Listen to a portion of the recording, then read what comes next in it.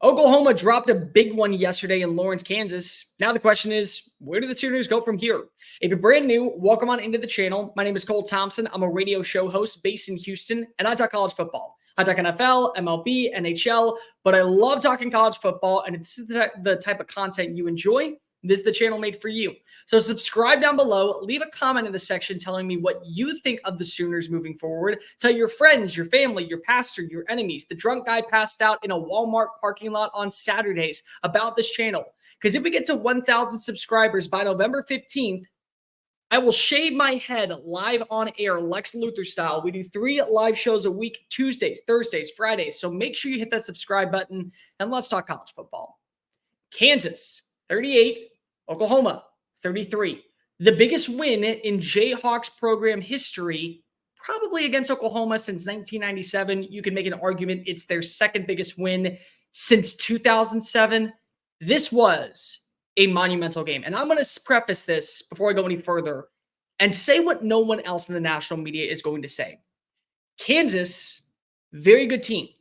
Flawed team. Very flawed. They're definitely nowhere near national championship, I would say even conference championship caliber yet. But they have the right coach. They seem to have a lot of buy-in from not just the fans and the boosters, but the players as well. There's a reason why Lance Leipold is getting looked at all across this great country for jobs in other markets because if they realize what he's doing here, he can do there, and they have better resources. Or at least they do now. Maybe Kansas will actually get resources just like the Oregons or the Washingtons or any major program out there that could be eventually looking to hire him. But that's not the point. The point is that Oklahoma lost a football game, and now, even though they slightly still control their destiny toward the college football playoff, things have got to change. Things have drastically got to change. Now, to be fair, we can agree that Oklahoma is a very sound passing team. Dillion Gabriel has been lighting up the stat sheet through the year this season, and he did so by finding ways to beat up on quality teams. Texas throws for over 275 yards, gets a big touchdown to Nick Anderson. This is a guy that knows how to be a utilizer of both his legs and his arm, and he does it at a pristine level. But that's not the point here. The point is that yesterday's weather factored into the passing attack, and the numbers back that up. You look at what happened. You didn't have a single passing touchdown by Oklahoma in this game. I think if I'm not mistaken, you had roughly about 171 passing yards, big pick six. Those are concerns. But the good news is if you are trying to hold your hat onto something at Oklahoma, they ran the football. And this is a team that doesn't run the football extremely well. In fact, you could make an argument that they're one of the worst teams in the Big 12 when it comes to the rushing attack. And yesterday, Dillion Gabriel decided to go ham. He had 3 scores. Tyway Walker, 146 yards, 6.3 yards per play, rushing touchdown. Gavin Schwarbrick had 3.2 yards per play, 1 touchdown, and they averaged roughly about 5 yards per play. So they did a good job of at least keeping things moving. Now, there was a lot of other issues with this game that I had, and I think a lot of people had it. But the biggest one was play calling on both sides of the football, in my opinion, but really offensively.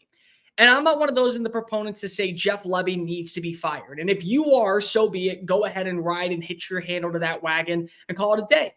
But I do believe that yesterday, what Jeff Lebby was doing, primarily in the second half, was calling games and calling plays not to lose.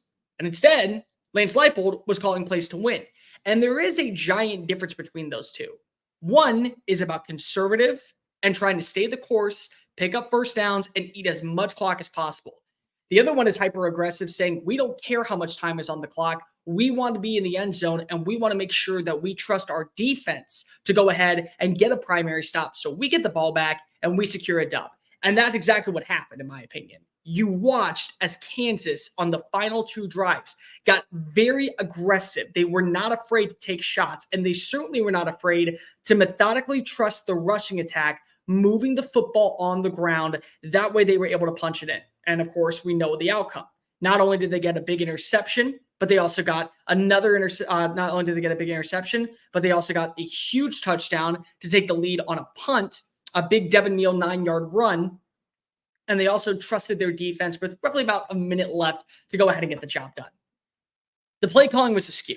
There's no other way around it. But also, the main concern shouldn't be on the offense. It should be on the defense. And it should be on the defense now because in back-to-back weeks, you've seen this team allow lesser opponents hang around for far too long.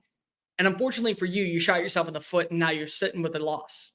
UCF is not as great of a program as we would probably want to make them out to be. They could be. They absolutely can. And now at the Power 5 level, I expect them to recruit 4 stars and even several 5 stars in the greater Florida area because of why wouldn't they want to stay home in Orlando? Why wouldn't they? But you allowed John Reese Plumlee and this passing attack to do damage and stay the pathway all the way into the end. And you need a failed 2-point conversion to secure the victory. That's what you needed. That's what happened in that game.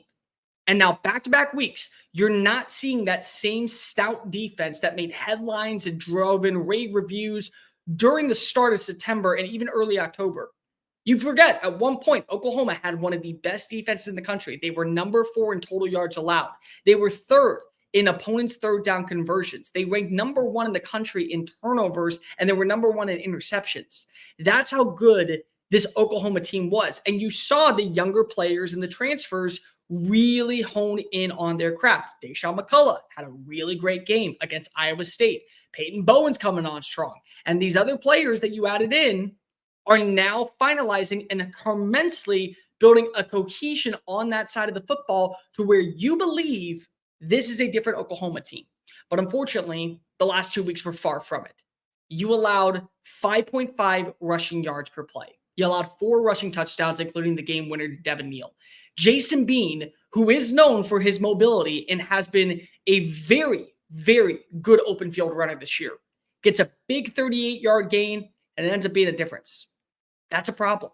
That's a major problem. And there were so many self-inflicted wounds in this game, which is probably an underlying thing. But when you really look at it, those are areas to where you can't afford to lose to anybody. It's not just Kansas. It's to Kansas State. It's to BYU. It's to a Cincinnati team. You can't afford to have 11 penalties and give up 101 yards just because of it.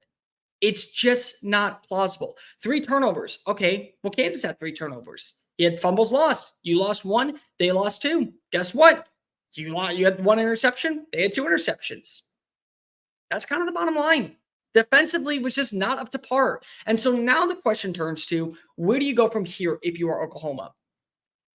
The good news is the schedule is promising. Now, I'm not saying it's easy because you have Bedlam coming up. And Bedlam, you're throwing all the play sheets out the window. You're putting all the analytics to the side. This is the final moment of Oklahoma versus Oklahoma State. And you got Ollie Gordon waiting in that backfield. And Ollie Gordon is a much more complete running back right now than Devin Neal. And if you allow him to go get yak, he's going to feast and he's going to eat and he's going to pummel you into the ground. And there's nothing more that Mike Gundy would love to do than watch this Sooners team tail its happy ass over to the SEC with a loss in Bedlam one final time. Just to remember, you chose this. You chose this life, not us. We want to continue to play you. You chose greener pastures. Okay, hopefully that money keeps you warm at night because you're not going to be able to say that you beat us.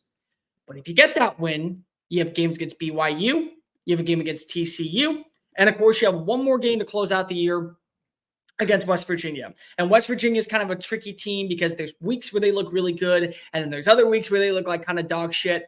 But Oklahoma still controls its own destiny. And the good news also is that when you look at all these other teams in college football, Oklahoma has a good enough resume with a win over Texas. If they go to the Big 12 title game and they play Texas, that's probably yet another top 10 win that they can hitch their wagon to and say, look at how dominant we've been against this team. A rival, I might add in a neutral site location. That's another big deal.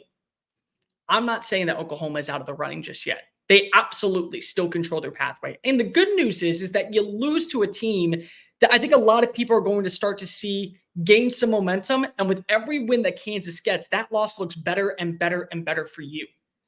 But you can't play like this defensively against any of the opponents, primarily Oklahoma State next week. Offensively, you have to be more aggressive with the play calling. You cannot allow yourself to get conservative and think that that's enough for you just to hold on and get a dub. It's impossible in college football. The one thing about college football that's always great, any given Saturday, someone walks away a winner. And the last thing you want to do is, if you're Oklahoma, cost yourself a shot at the college football playoff in year 2, a promising year 2 underneath Brent Venables, because you decide to go ahead and get too cute. You decide to play a little too close. Oklahoma still controlled its own pathway, and it's a very clear path all the way to Arlington.